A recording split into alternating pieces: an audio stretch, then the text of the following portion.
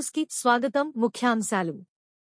పుల్కల్ మండలంలో సింగూరు ఎడమ కాలువకు గండి, రైతుల పంటలకు తీవ్ర ముప్పు.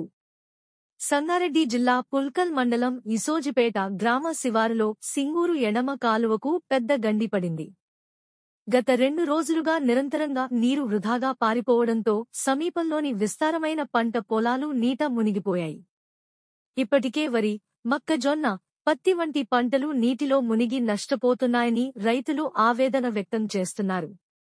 రైతులు చెబుతూ, మేము ఎంత కష్టపడి పంటలు వేసుకున్నా ఇలా కాలువకు గండి పడితే అంతా వృధా అవుతోంది. ప్రభుత్వం, కాలువ అధికారులు వెంటనే చర్యలు తీసుకోవాలి. లేకుంటే మా పంటలు పూర్తిగా నాశనమవుతాయి అని ఆవేదన వ్యక్తం చేశారు. కాలువ గండి కారణంగా ప్రతి నిమిషం వందల లీటర్ల నీరు వృధాగా పోతుండటమే కాకుండా సమీప గ్రామాలకు నీటివసతి కూడా అంతరాయం కలుగుతోంది. ఈ పరిస్థితి కొనసాగితే పంటలతో పాటు తాగునీటి సమస్యలు కూడా తలెత్తే అవకాశం ఉందని స్థానికులు హెచ్చరిస్తున్నారు.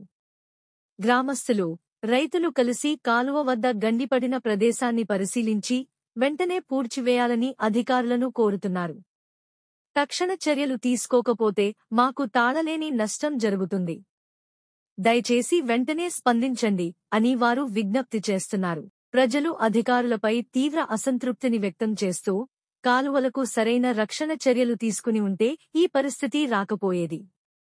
ఇప్పుడు అయినా పాఠం నేర్చుకుని గండులను పూడ్చి కాలువలను బలపరచాలి అని అన్నారు. ప్రస్తుతం అధికారులు ప్రాథమికంగా పరిస్థితిని పరిశీలించినప్పటికీ గండిని పూడ్చే పనులు ఇంకా ప్రారంభం కాలేదు.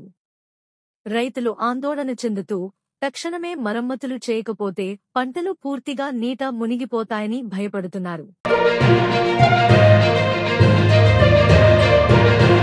రాజకీయాలు, గ్రామీణ సమస్యలు, ప్రభుత్వం తీసుకుంటున్న నిర్ణయాలు, స్థానిక సంఘటనలు అన్నీ క్షణాల్లో మీకు అందించే మా కే న్యూస్ ఛానల్.